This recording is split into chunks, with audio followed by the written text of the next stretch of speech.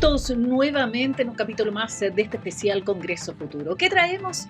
Las exposiciones, las ideas, preguntas y respuestas que cientos de científicos que han participado de este encuentro con la ciencia y el conocimiento desde el año 2011 hasta la fecha han expuesto para nosotros. Temas vinculados a la ciencia, tecnología, humanidades, arte y también innovación.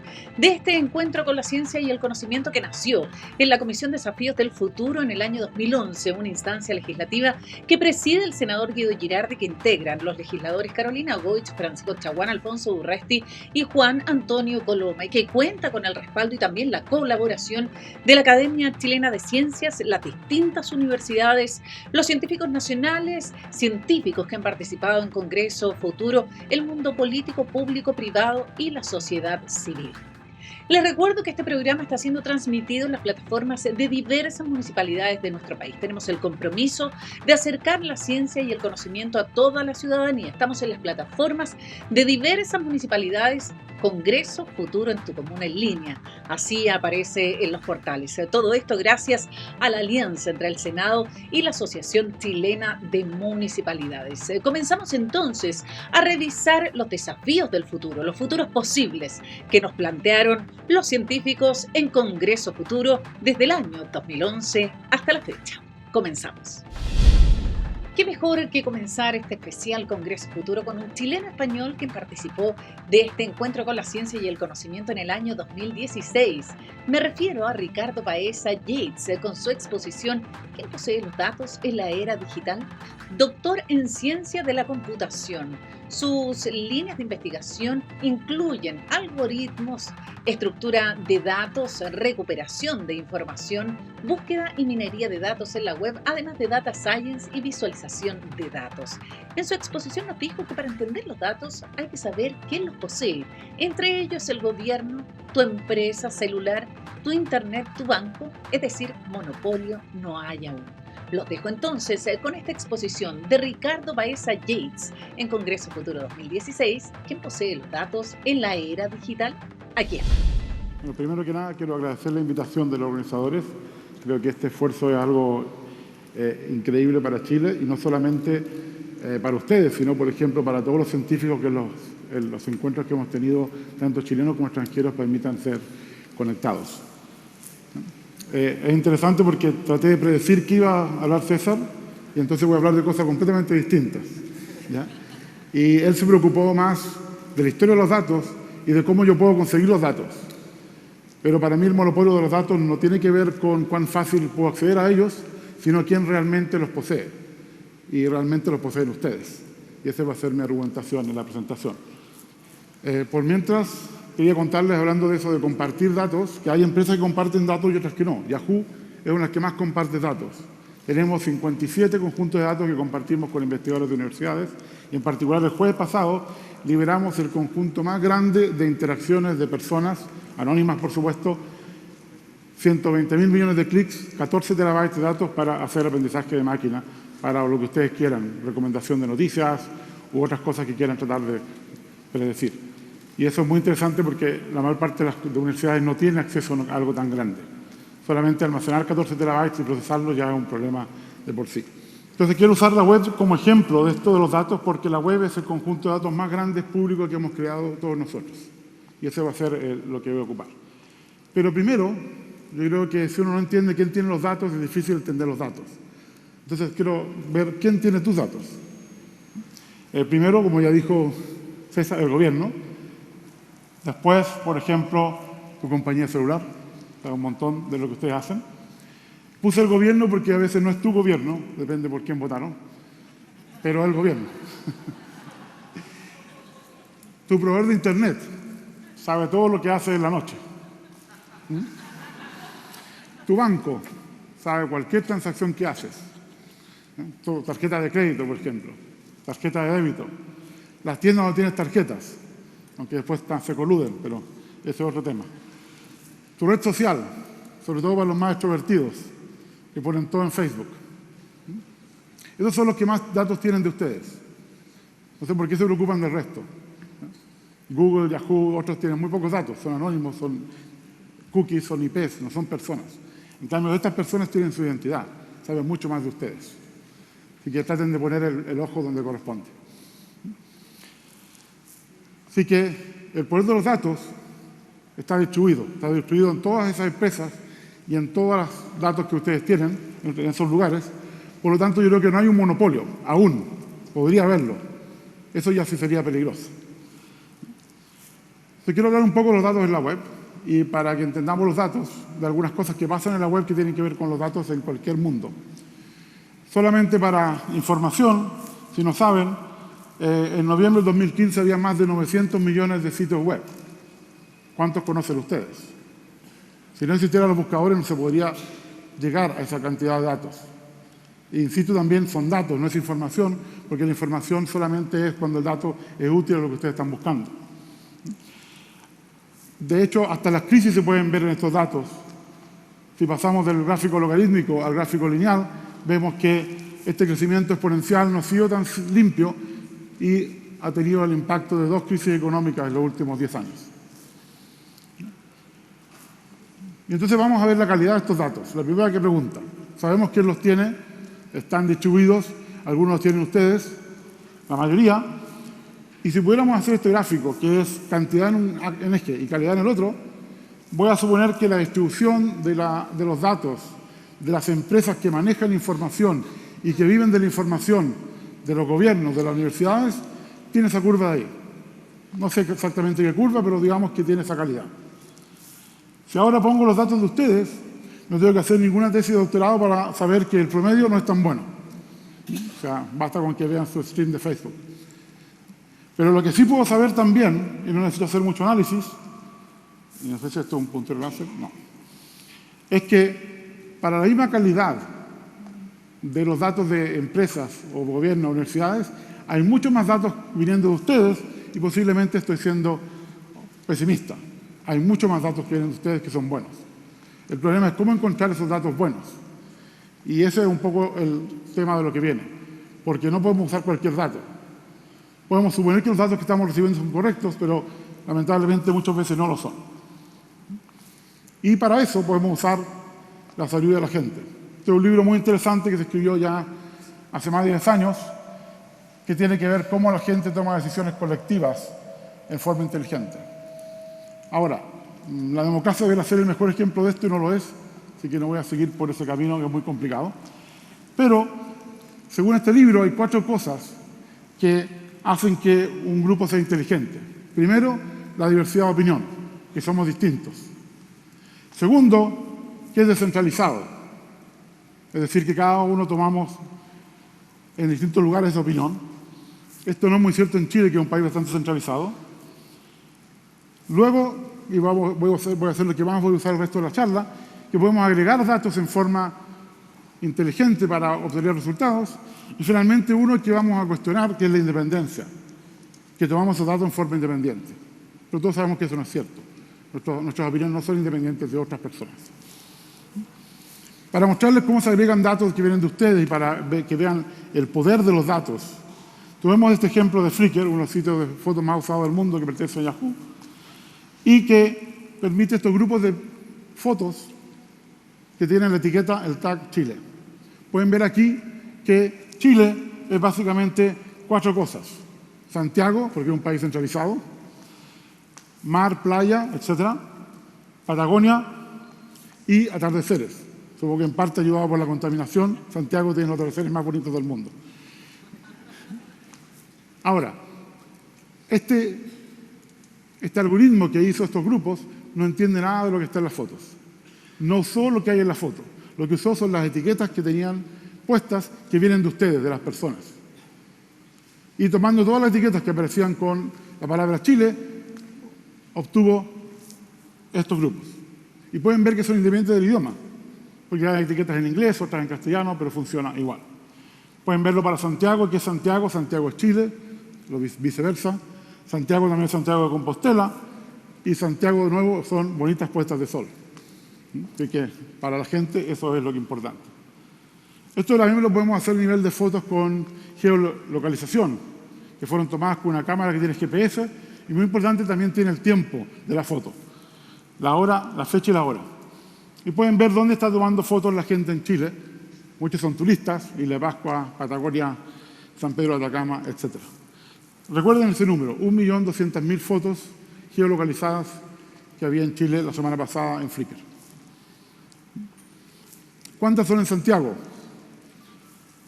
182.000, es decir, aproximadamente el 15% de las fotos son en Santiago, un país centralizado. Pero no tan centralizado para los turistas, porque si fueran los chilenos, tendría que ser como el 30%, pero es la mitad, solamente el 15%. Eso es bueno, un poco de descentralización, voy a volver al tema. La sabiduría colectiva de la web sirve, por ejemplo, para que los buscadores podamos encontrar estos datos que hay en más de 900 millones de sitios. Primero se usaron las palabras, luego se usaron los enlaces, cuando apareció PageRank hace ya mucho tiempo, del año 98. Ahora podemos usar las etiquetas, como el ejemplo de Flickr. Estas son las etiquetas más populares en Flickr. Aquí podemos ver qué hace la gente cuando saca fotos. Está usando solamente 2 tipos de cámara, lo está pasando bien, está solamente en algunos lugares. Estas son las etiquetas más populares de la sabiduría principal de la gente. Pero esto lo podemos hacer muy bien, pero tenemos que ser conscientes de todos los sesgos que hay en los datos. Y eso es lo que les quiero mostrar ahora, porque hay muchos sesgos que no son obvios y que si no los tomamos en cuenta vamos a tener resultados distintos. Por ejemplo, sesgo tecnológico, educacional, económico, geográfico, cultural, lingüístico, religioso, político. Por ejemplo, si hacemos un estudio usando Twitter, que hay mucha gente que hace estudios usando Twitter, bueno, eso solamente es para la población que tiene Twitter. Esos son gente que generalmente sabe de tecnología, que tiene un nivel de educación alto, que tiene un nivel adquisitivo alto, etcétera, que vive en Santiago, etcétera. Es decir, todos estos sesgos están en Twitter.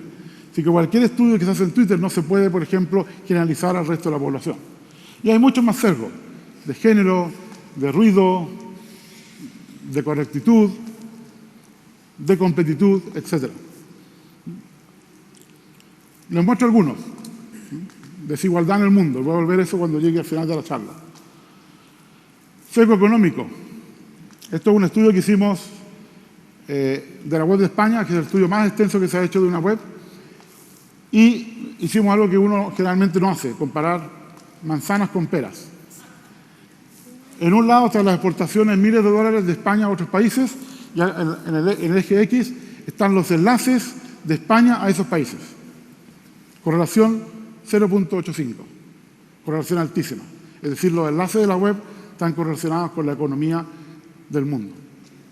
Hay algunos países que están fuera de esa línea, pero si ustedes lo ven bien, está FM, TK, son todos países que han vendido su dominio para que lo usen para otros fines, como Federación de Micronesia, para las radios, y por supuesto no están dentro de esa correlación. Sesgo lingüístico, muy rápido.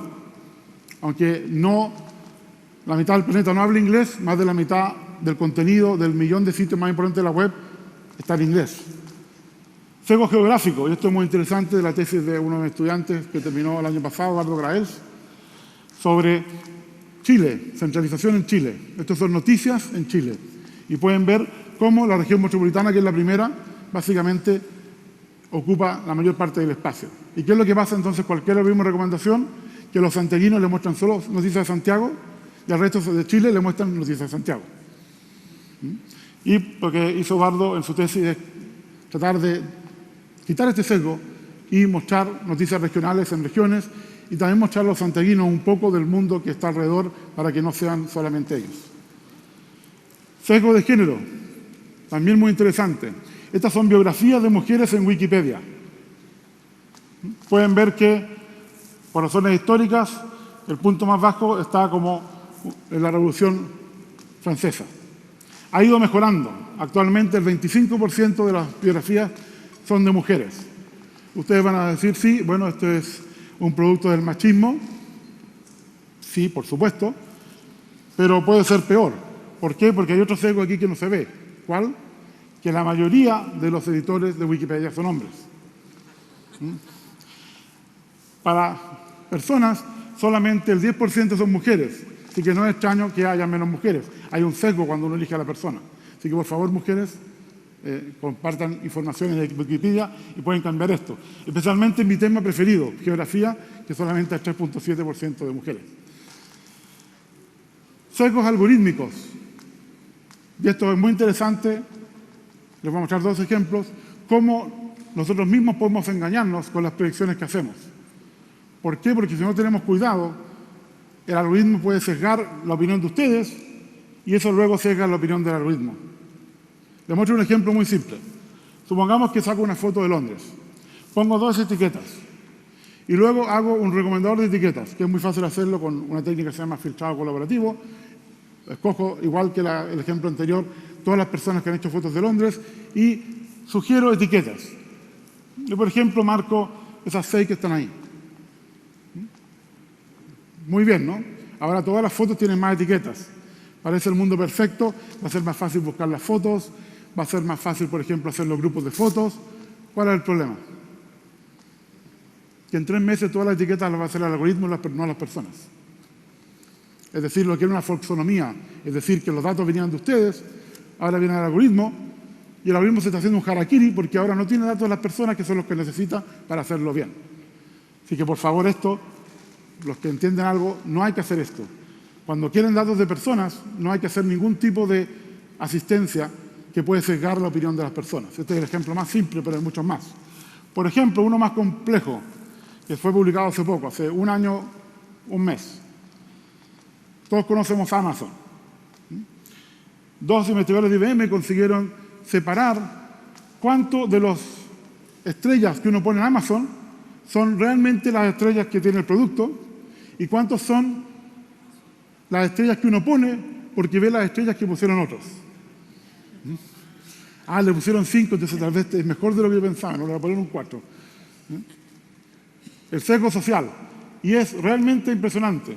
Pueden ver ahí, hay curvas de 2 productos. Las curvas azules son el valor verdadero del producto y las curvas rojas son el valor del producto con el sesgo social encima. Pueden ver que hay mucha diferencia. Es decir, si le pagamos a un grupo de personas en algún país raro para que le pongan muchas estrellas, podemos subir nuestra calidad del producto, aunque no sea cierto, ¿no? Y hace poco eso pasó. Hace poco Amazon demandó a un montón de gente que estaba poniendo datos falsos en Amazon. Y esto es el ejemplo que simularon con el modelo. Ahí hay 2 productos nuevos. A uno le inyectaron un montón de estrellas. Por ejemplo, 100 personas dijeron que tenía 5 estrellas. Y pueden ver entonces que el producto rojo empezó a ser mucho mejor que el azul, aunque seguramente tenían la misma calidad. Ahora, estos son los datos de la masa. Pero también hay datos muy importantes que son los de pocos. Los que se llaman los de la cola alargada.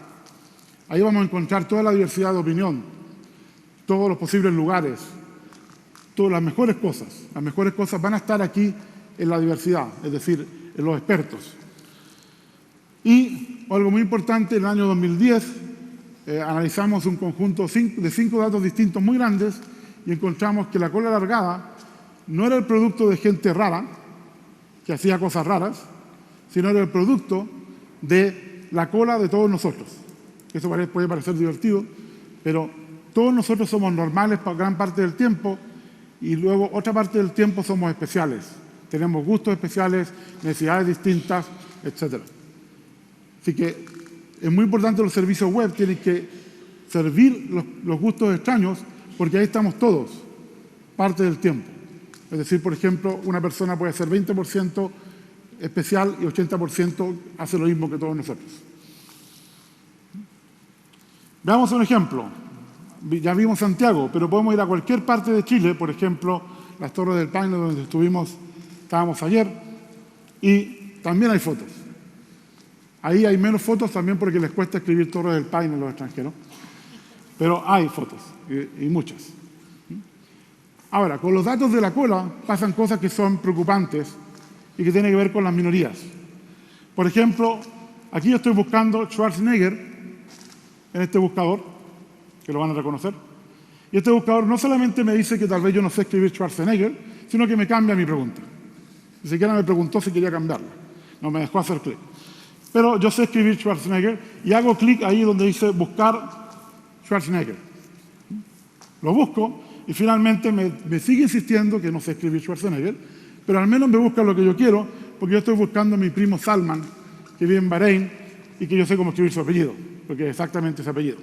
Esta pobre persona está aplastada por Arnold, que tiene un apellido con 4 letras más, pero que se parece.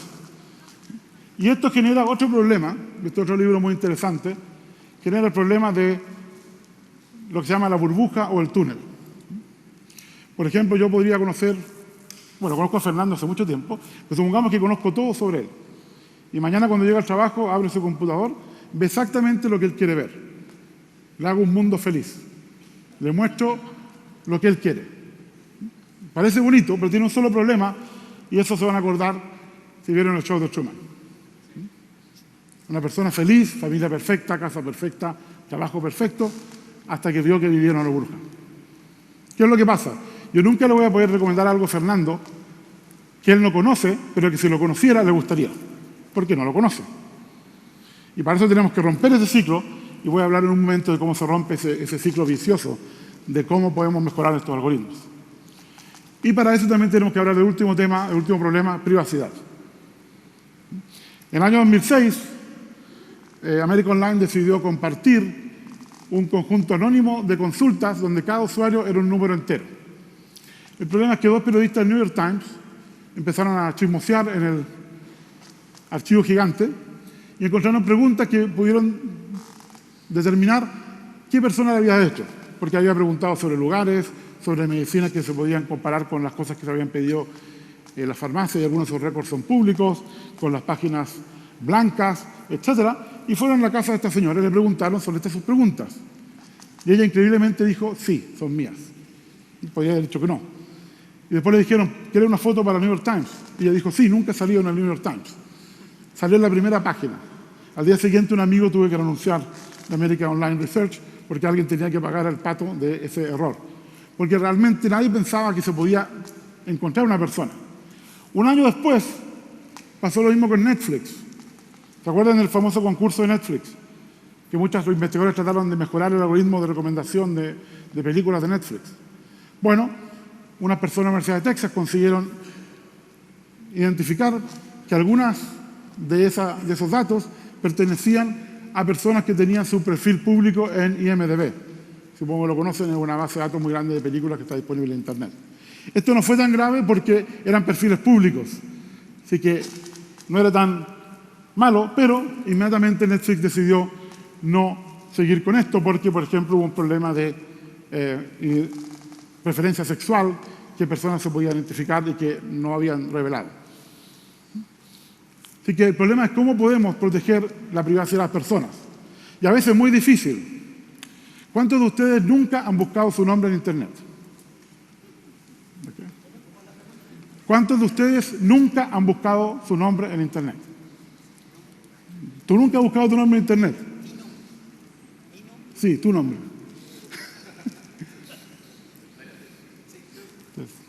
¿Sí? Bueno, difícil de creer, pero puede ser. Hay tal vez una persona en el mundo que no tiene vanidad. Cuando ustedes buscan su nombre en Internet, están dando su identidad. Así que es imposible ayudarlos a esconder eso. Bueno, el problema es más complicado. Como el 9% de las personas busca, digamos, el 9% de las consultas tienen un nombre o un apellido o los dos. La vanidad es muy grande. Así que en ese caso no se puede hacer nada. Están dando ustedes la identidad. Ahora, la privacidad, lo que me gustaría a mí que fuera consciente, y esto es algo que lo estamos trabajando ahora, y hace poco Facebook hizo un cambio que fue muy interesante porque tiene que ver con esta misma idea.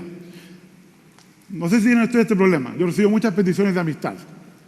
Tengo una regla que es, tengo que al menos conocerla físicamente. Pero igual no conozco toda su vida.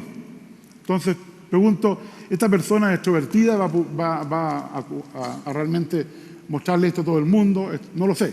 Entonces me gustaría que Facebook me mostrara una luz como un semáforo, me dijera, verde, esta persona es más privada que tú, no te preocupes, no pierdes privacidad.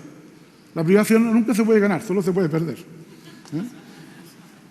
Amarilla, no estoy seguro. Roja, esta persona es extrovertida, todo es público, mejor no seas amiga de ella. Bueno, ahora si ustedes van y ponen algo en la muralla de otra persona, Facebook les dice quién lo va a ver. Si lo van a ver los amigos de los amigos, o lo va a ver todo el mundo.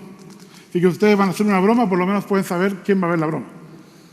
Y espero que lo estén usando porque eso cambió hace 2 semanas y creo que es muy importante, porque antes uno no sabía quién iba a ver eso. Ahora lo podemos saber, pero no es exactamente esto que quiero yo.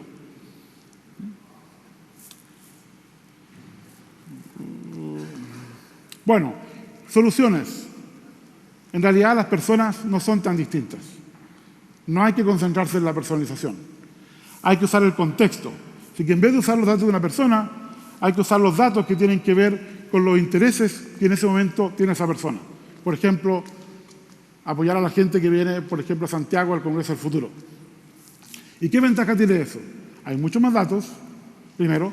Segundo, no hay problema de privacidad porque son muchas personas, así que estamos escondidos en un grupo, lo que se llama Key Anonymity.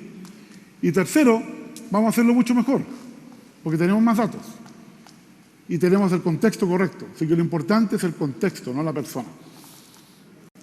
Pueden ver el Camino de Santiago desde la frontera de Francia hasta Santiago de Compostela. Es decir, vemos lo que hacen las personas y esa es la geografía del comportamiento.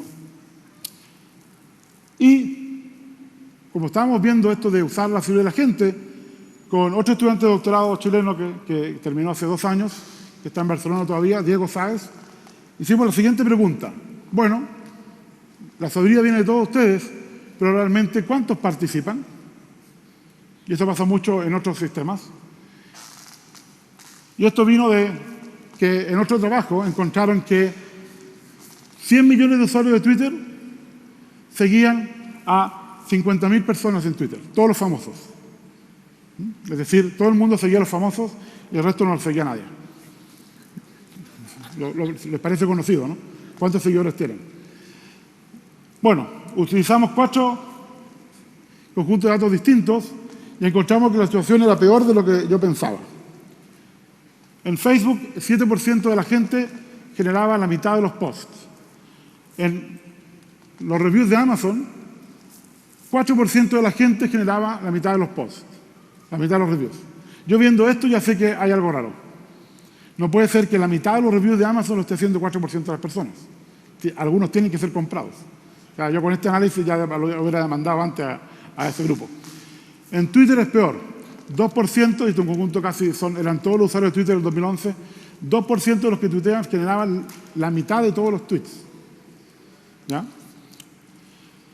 Y finalmente, en Wikipedia, que es peor, pero es bueno, 2.000 personas generaron la primera mitad de la versión de la Wikipedia en inglés.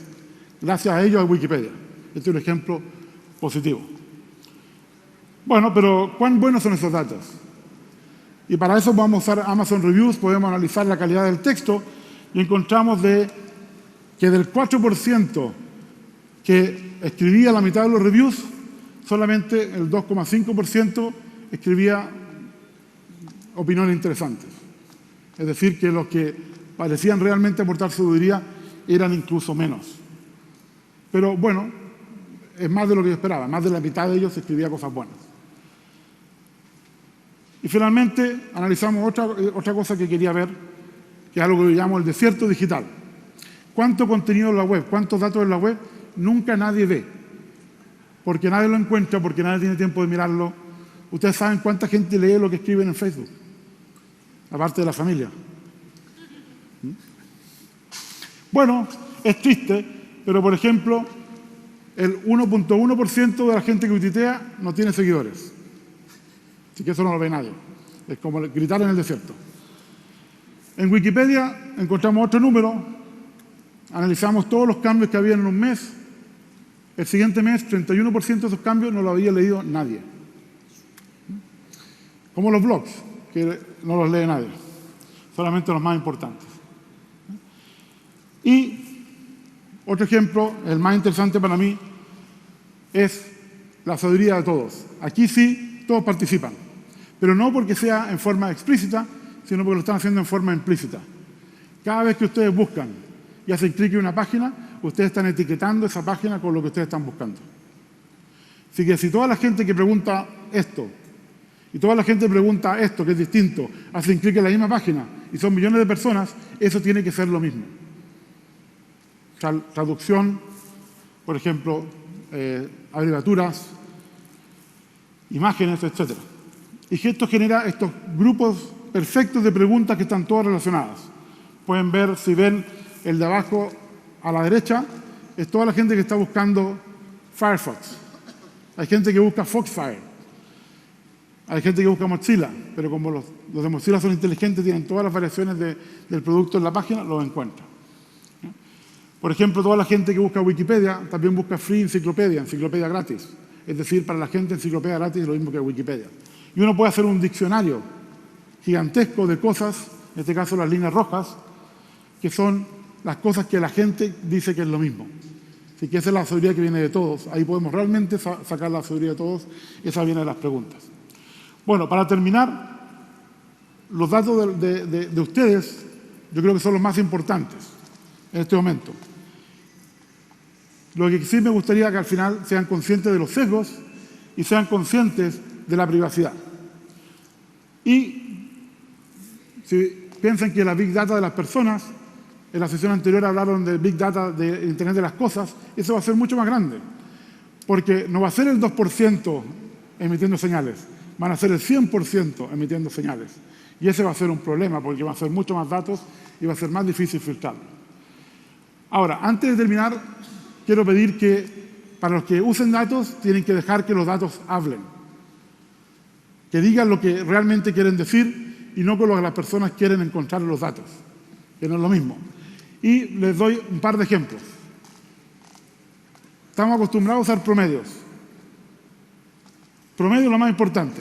Supongamos que sacamos el promedio de los salarios de toda la sala. Y ahora le subo el salario a Fernando, lo multiplico por 1000, va a estar contento. ¿Ya? Y ahora calculo el promedio de los salarios de todos nosotros. Subió. ¿Ya? Pero solo para él. Para ustedes no. Ingreso per cápita, desigualdad mayor, realmente tal vez no ha cambiado nada. Relativamente no ha cambiado nada. Absolutamente pareciera que sí, pero relativamente no. Y eso es muy interesante porque estamos generando más desigualdad económica y pareciera que todos estamos mejorando, pero relativamente la mayor parte está empeorando. Con la última crisis se vio que la clase media, por ejemplo, en Estados Unidos, disminuyó. Ahora, lo único bueno que tiene todo esto es que si el 1%, y esto lo dijo Michel Sandel en la mañana, si el 1% tiene el 50% de la fortuna del mundo, hay una sola cosa que es más fácil, la solución. Porque si esas personas dieran el 10% de eso, se arreglarían muchas cosas en muchos lugares. Y el otro problema es lo que dije al principio. Los datos dependen de cómo se los mire. En un estudio muy interesante que hicieron en la Universidad de Chicago, le dieron los mismos datos a 29 grupos de analistas, que eran entre 2 o 3 personas. Y les preguntaron en los datos del fútbol, tarjetas rojas.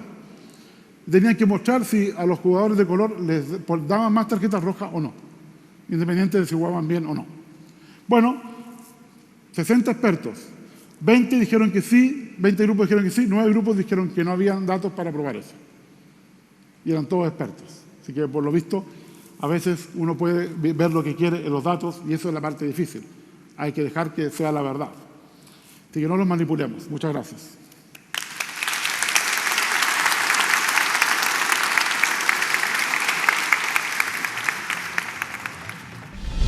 Ahí estaba Ricardo Baeza Yates con esta exposición ofrecida en 2016. ¿Quién posee los datos en la era digital? Nos señaló Ricardo Baeza que los datos dependen de cómo se les mira. Hay que dejar que ellos hablen y no lo que las personas tienen que decir de ellos. Hizo un llamado a que seamos conscientes de la privacidad de nuestros propios datos. Este doctor en ciencia de la computación chileno-español, Ricardo Baeza Yates, hace algunas semanas fue nombrado por el gobierno español como miembro del recientemente creado Consejo Asesor de Inteligencia Artificial de ese país, que contará con la participación de 18 expertos en diversas materias. Así que felicitaciones a Ricardo Baeza Yates por este nombramiento del gobierno español.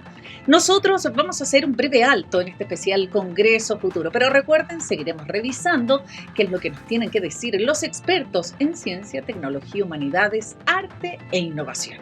Volvemos con los futuros posibles.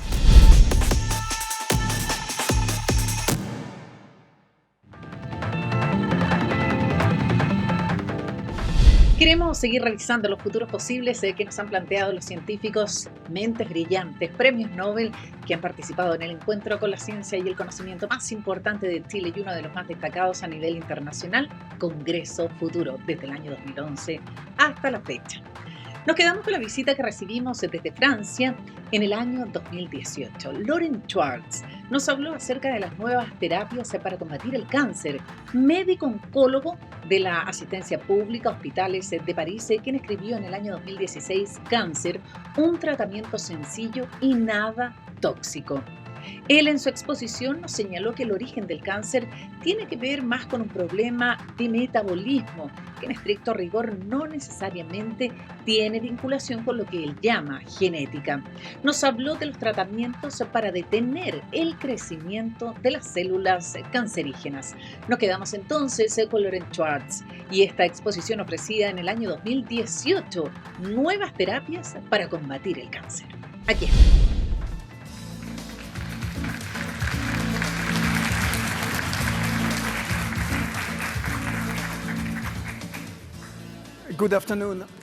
Buenas tardes. Voy a darles una charla compleja en el Congreso del Futuro, también es un lugar donde puede hablar sobre la investigación que aún no está completa, que sigue, pero que puede levantar una esperanza importante. Les voy a hablar acerca del cáncer, soy oncólogo.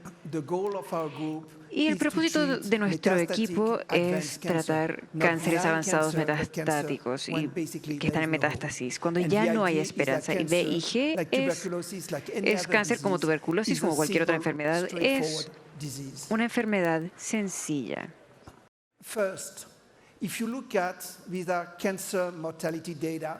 Primero aquí tenemos los datos de la mortandad del cáncer. Estos son datos estandarizados. Se puede comparar lo que es comparable. Pueden ver la curva verde, es el cáncer pulmonar, el número de muertes por cada 100.000 personas. Pero cuando estudiamos el cáncer de mamas, en países desarrollados, no ha habido una gran diferencia entre la diferencia de muertes por edades con los tipos de cáncer más comunes. Pero, para cortar esta larga historia, la mortalidad del cáncer no ha cambiado mucho. La incidencia aumentó, pero el número de muertes no ha cambiado. Así que estamos lidiando con un problema científico y parte del problema es la ciencia misma. Si usted estudia la biología, es un desastre. Y cuando alguien le dice que algo es complejo, existen dos hipótesis. La primera es que la persona no le quiere decir lo que ha entendido y la segunda es que esa persona ni siquiera ha entendido él mismo lo que está ocurriendo. Entonces, el problema es, ¿podemos simplificar eso? La vida comenzó hace miles de millones de años y las células pueden hacer una de dos cosas. O crece, anabolismo, o se quema, que es catabolismo. Y estas palabras tienen muchos sinónimos. El gran Pasteur en Francia, de donde vengo yo, estudió la levadura y pudo demostrar que las células estaban creciendo cuando el nivel de oxígeno estaba bajo y él estaba trabajando para la industria cervecera. La vida es escrita en un alfabeto binario, tal como se escribe el código para el computador. Y mi charla hablará de si podemos entender el cáncer si cambiamos completamente nuestra lectura. La célula puede hacer una de dos cosas. O la mitocondria está encendida y la célula produce ATP. La célula quema, genera energía, agua y calor. O la otra opción es cuando la mitocondria está apagada, es producir masa. Y el cáncer simplemente es una cosa. El modo de síntesis está encendido, no puede quemar. Y eso se descubrió en 1920 en los Estados Unidos, en Alemania. El hecho que el cáncer se entendió hace 100 años, ahora nos queda claro a muchos. Hay dos cosas que son posibles. O las células queman, la glucosa es quemada y se convierte en la mitocondria, o hay un problema y las células aumentan su volumen y eso se llama el efecto Wahlberg. Y todo lo que puede ver en el cáncer se puede resumir en el efecto de Warburg. El cáncer no es más complejo que ninguna otra enfermedad. La mitocondria está apagada, las células no pueden quemar energía y como no pueden quemar, están aumentando en tamaño y llega a ser tan duro como una piedra. ¿Cómo podemos tratar el cáncer ahora que sabemos que es una enfermedad puramente metabólica? Y esto se puede resumir con el efecto Warburg. Si usted está en su laboratorio, puede hacer muchas cosas. Reañade las mitocondrias a las células, los tumores ya no crecen. El problema es que no puede hacer eso en los pacientes. Debe encontrar otra manera de hacerlo. Una manera de disminuir el efecto de Warburg, de tratar al paciente, es con la quimioterapia. Cuando usa quimioterapia, una de las maneras de evaluar la eficacia de la quimioterapia es inyectar glucosa a la vena y usted podrá ver que la quimioterapia es efectiva cuando se disminuye la cantidad de glucosa que se quema por la célula y este es el efecto Warburg. Entonces la quimioterapia no solamente mata la célula, pero también cambia las vías metabólicas. Con mi grupo y las personas con quienes trabajo en Francia, tratamos de encontrar una manera más eficiente o mejor que la quimioterapia. ¿Podríamos inventar una nueva manera de tratar al paciente? Warburg dijo que el cáncer es simplemente una enfermedad metabólica, pero las drogas se habían inventado para volver a encender la mitocondria, para revertir el proceso. Usamos millones y billones y trillones de drogas que podrían ser útiles. Y se inyectaron en ratones. Inyectan en el tumor y entonces crece cada vez más este tumor y se trata al ratón con drogas que están disponibles en Chile o Francia. Tuvimos resultados. Y pueden ver algunas de las combinaciones que vimos y para cortar la historia empleando una combinación de dos drogas y se lo voy a describir en 2 minutos. El tumor crecería de manera más lenta. Eso era real en melanoma, en cáncer de la piel, era así en el cáncer del pulmón y estos eran los resultados, se repitieron. Es una combinación sencilla o única de drogas que cuesta casi nada de dinero. Pudimos reducir el crecimiento de los tumores en cada uno de los modelos animales que teníamos. Y este trabajo se hizo hace unos 10 años atrás. Tal vez es demasiado complejo para los 15 minutos que me quedan. Tal vez no vamos a entrar en mayor detalle, pero básicamente reiniciamos la mitocondria. Entonces la célula puede volver a quemar y si es que la célula puede quemar, ya no va a crecer. Si aumenta la secreción de ATP, la célula va a crecer. Y ahora voy a hablar acerca de la parte más importante. Yo soy físico y obviamente uno de los problemas con los que nos enfrentamos como médicos es el paciente que no puede ser tratado. Y traté de convencer a las autoridades en Francia de hacer ensayos y bueno, eso cuesta dinero, etcétera, etcétera. Entonces no avanzó, pero como soy conocido en mi país, vino a mí o se me acercó un paciente. Uno de los pacientes era esta joven. Está en más de 40 años y tiene cáncer a los pulmones no tratable y tiene metástasis al cerebro, los puntos blancos. Ella sabía que iba a morir. A su esposo se le dijo que ella tenía 2 meses por vivir y eso ocurrió hace 3 años atrás.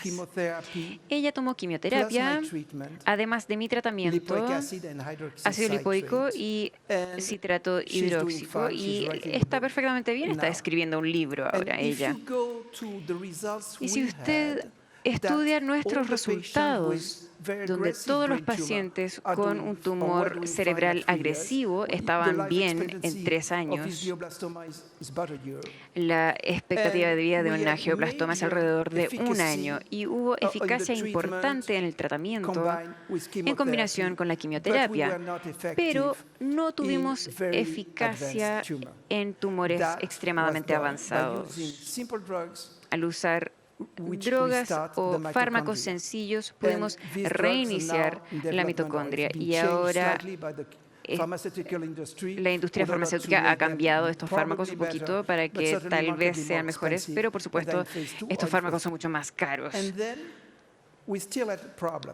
Pero aún teníamos un problema. El paciente, como les mencioné, no tuvimos eficacia en pacientes con tumores muy avanzados que eran resistentes a la quimioterapia, y en cierto punto el paciente tuvo una recaída. Y bueno, usted sabe, a veces tiene suerte, no siempre, pero a veces tenemos suerte. Y alguien me llamó hace 2 años y medio. Tenía cáncer avanzado y él me dijo me preguntó qué debía hacer. Yo le dije, haga quimioterapia y empiece una dieta cetogénica. Entonces disminuye dramáticamente su consumo de carbohidratos, etcétera. Y después de 1 año él me dijo, yo estoy perfectamente bien, ¿qué hago? Y le pregunté, ¿qué hizo usted? Él dijo, bueno, no hice quimioterapia, hice algo que otra persona me dijo, bueno, usted sabe cómo es. Y mi cáncer al páncreas desapareció. Y él había tomado dióxido de cloro, algo que yo nunca había escuchado de eso en ese entonces. Y al tipo le estaba yendo bien. Entonces, cuando usted tiene algo así, siempre se pregunta, ¿quién es usted? Entonces me reuní con él, el hombre era razonable, normal, y tratamos de entender qué era este dióxido de cloro o de cloruro. Y le estaba diciendo anteriormente que la mayoría de los cánceres ya se habían entendido en la década de los 20 por el Dr. Warburg, que era un proceso de fermentación porque la mitocondria no funcionaba, y el dióxido de cloruro comenzó o se conoce desde la Revolución Francesa, es lo que se usa para purificar el agua.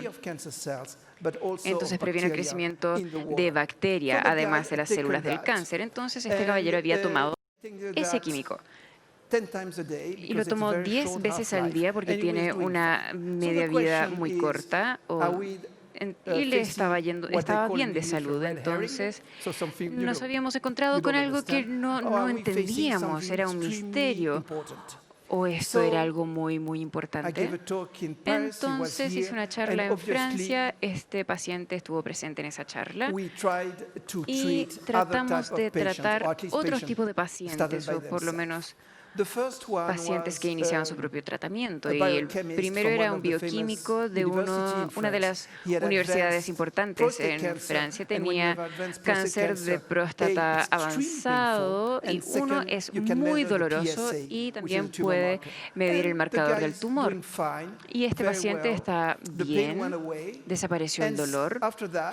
Y luego, él no estaba haciendo quimioterapia, ninguna hormona, simplemente tratamiento metabólico y dióxido de cloruro. Este paciente que le estoy mostrando aquí, este es el marcador de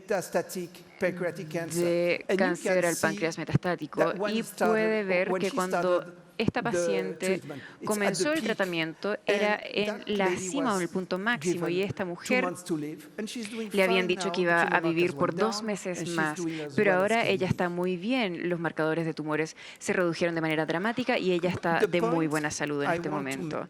El punto que les quiero comunicar son muchos puntos. Primero que todo, el cáncer tal vez no son muchas enfermedades, es una enfermedad sencilla, que es la fermentación del azúcar. Entonces, es muy importante disminuir el consumo del azúcar, como mencionaron las otras dos personas, pero también disminuir el efecto de Warburg. Y esto se puede hacer con fármacos muy sencillos que no cuestan casi nada de dinero. El tratamiento debería buscar reiniciar la mitocondria para que las células puedan volver a quemar. Y si la célula quema, no puede crecer. Por eso salimos a correr o caminamos, es para quemar la grasa. Y es lo mismo si es que la célula del cáncer quema nuevamente, no puede crecer. Es siempre difícil hablar de algo tan complejo como el cáncer. Cuando hablamos sobre un proyecto de investigación continua que sigue en efecto ahora, vemos muchos datos muy interesantes. Pacientes parecen estar respondiendo de manera positiva. No sabemos a estas alturas si lo que tenemos se reproducirá por otros grupos de investigadores. No sabemos si es universal. Es posible que lo sea, pero no sabemos aún. Y los ensayos clínicos son requeridos con desesperación. Los ensayos clínicos no requieren involucrar a un sinnúmero de pacientes. Es muy sencillo comprobar la eficacia de un tratamiento cuando lidia con una enfermedad que mata dentro de semanas o meses. Y uno de los objetivos en venir al Congreso Futuro es compartirles esta información y posiblemente iniciar ensayos clínicos en Chile. El último punto que les quiero comunicar es que estamos lidiando con algo que es un problema científico. ¿Qué es el cáncer? ¿Cómo tratamos a todas estas personas? ¿Les podemos ofrecer esperanza? Pero en cierto punto llega a ser el problema de la población completa. Ha llegado la hora para que los ensayos confirmen o informen lo que tenemos y conocemos. Ya es hora que la población en general cambie lo que es una enfermedad mortal. Muchas gracias.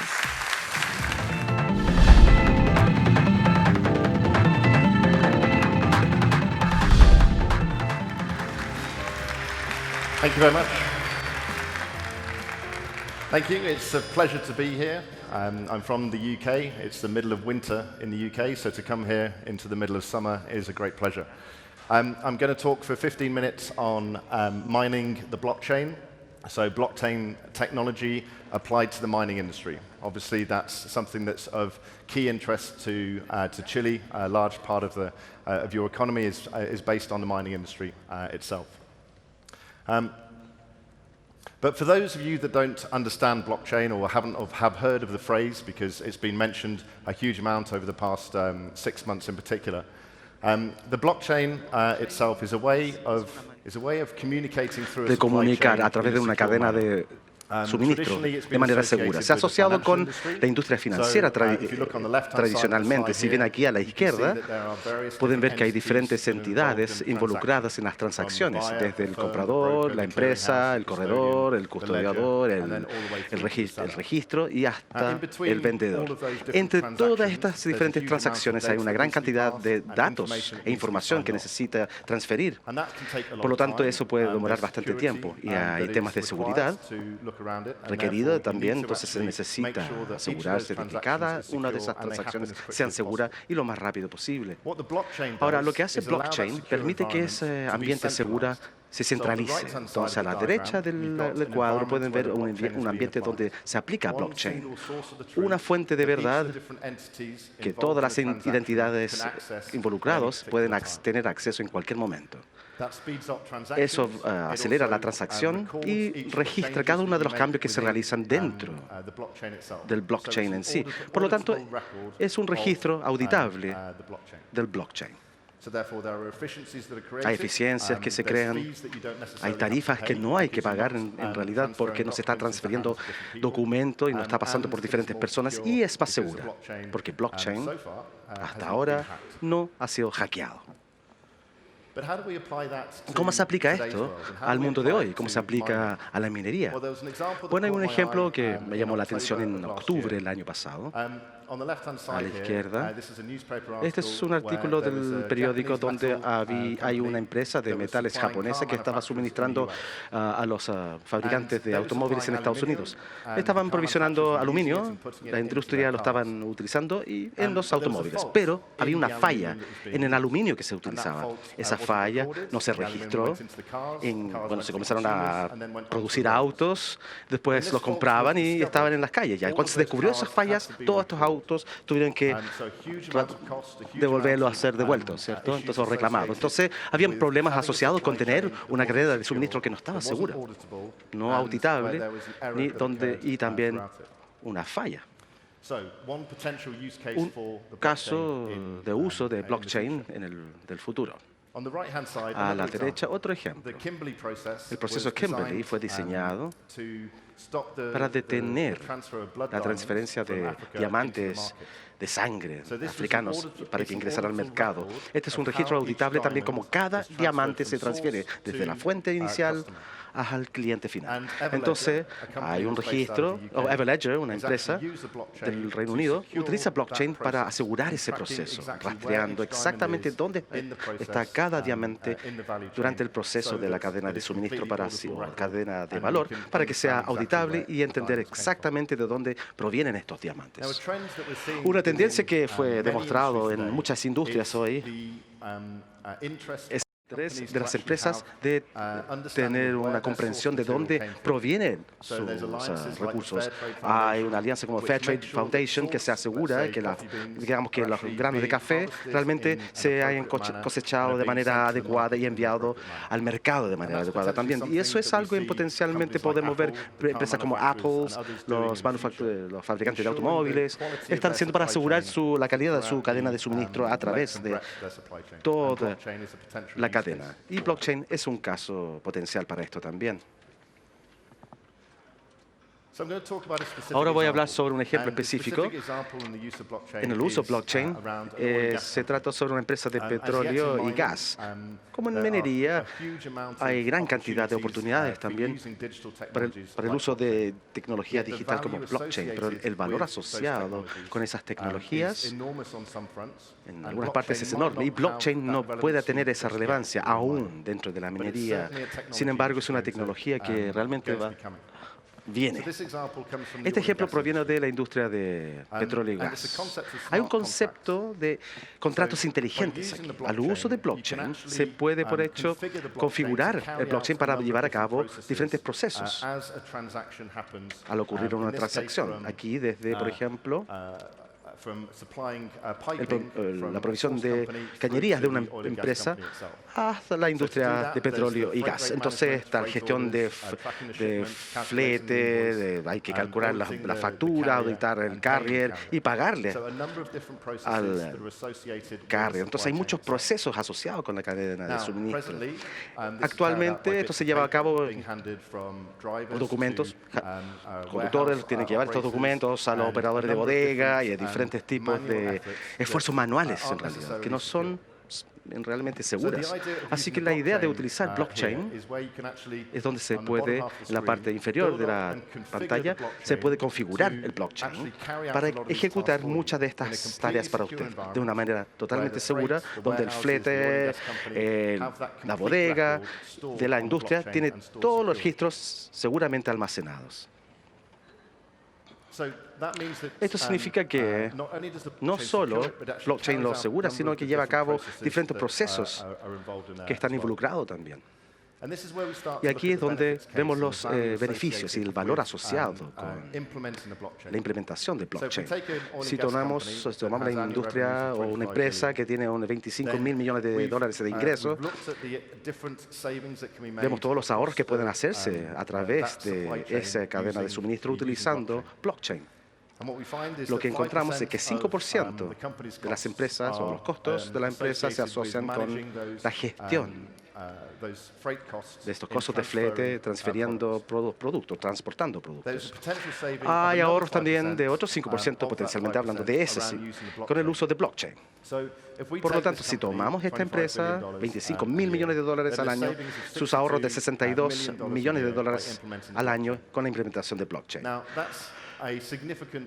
Es bastante dinero. Comparado con el ingreso total de la empresa, quizás no sea suficiente para permitir que muchas empresas realmente implementen un cambio tan sustancial a su empresa. Ahí es donde encontramos la minería, la industria minera. Hay una empresa con la cual he trabajado, una empresa minera multinacional, que ha estado rastreando el rendimiento de sus 80 diferentes activos del mundo entero. Durante los últimos 10 años, esos 80 activos han estado operando a 60% de su capacidad. Por lo tanto, hay una oportunidad aquí para que esa empresa en particular aumente sus ingresos en un 40%. Esa es una gran cantidad y, por lo tanto, hay mayores desafíos que potencialmente son mucho más fáciles de resolver dentro de la minería hoy en vez de ahorrar 5% de sus ingresos. Entonces, mientras que blockchain está en la mente de la mayoría de las personas y se ha discutido bastante, como con cualquier tecnología digital, en la creación de valor que puede crearse utilizando este tipo de tecnología que lleva a la discusión si es que es algo realmente que se debiese realizar o no.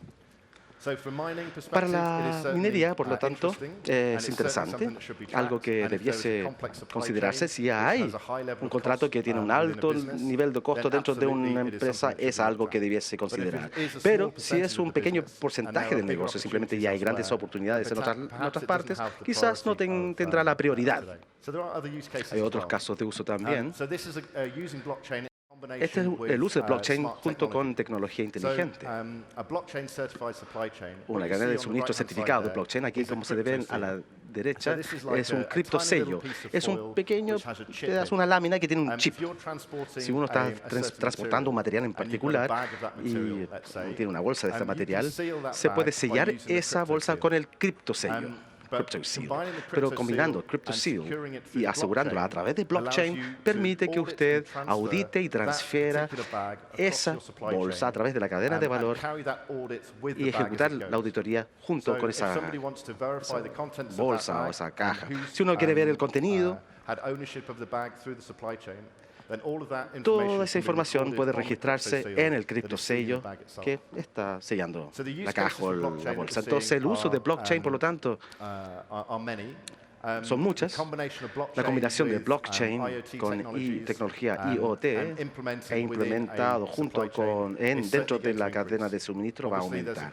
Obviamente hay una criptomoneda también que está asegurada por blockchain.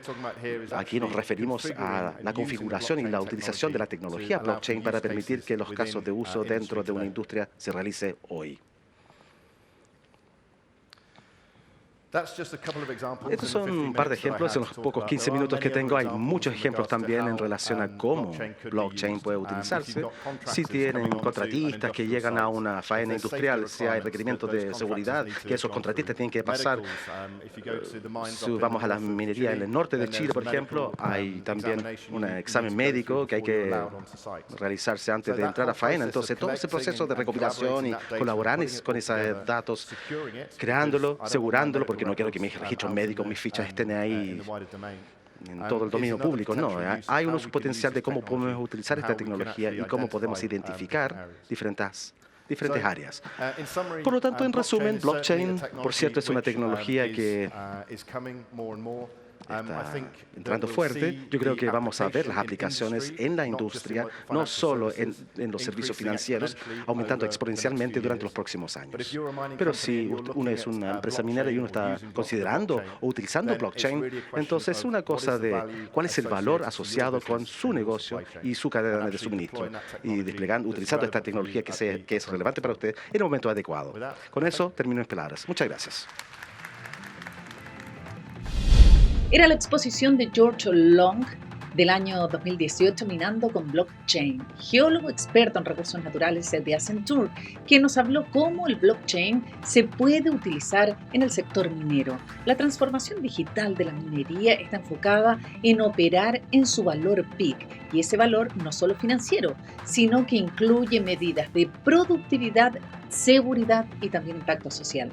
Junto a George Long despedimos este especial Congreso Futuro. Les recuerdo que estamos transmitiendo en los portales de diversas municipalidades de nuestro país a través de Congreso Futuro en tu comuna en línea. Todo esto gracias a la alianza entre el Senado y la Asociación Chilena de Municipalidades en este compromiso de acercar la ciencia y el conocimiento a toda la ciudadanía y llegar así a todos los rincones de nuestro país. Una cosa importante, ¿quieren conocer más detalles de otras exposiciones vinculadas a la ciencia, tecnología, humanidades, arte e innovación? La invitación está hecha. www.congresofuturo.cl. Ahí podrán encontrar todas las exposiciones, ideas, investigaciones, preguntas y respuestas que casi 700 científicos han planteado en este encuentro con la ciencia y el conocimiento creado en el año 2011 en la Comisión Desafíos del Futuro del Senado. Soy Jessica Soto Huerta, gracias por habernos acompañado y los dejo invitados a que nos juntemos en una próxima edición de este especial Congreso Futuro para conocer los desafíos del futuro y todos los futuros posibles que nos han planteado los científicos. Nos vemos.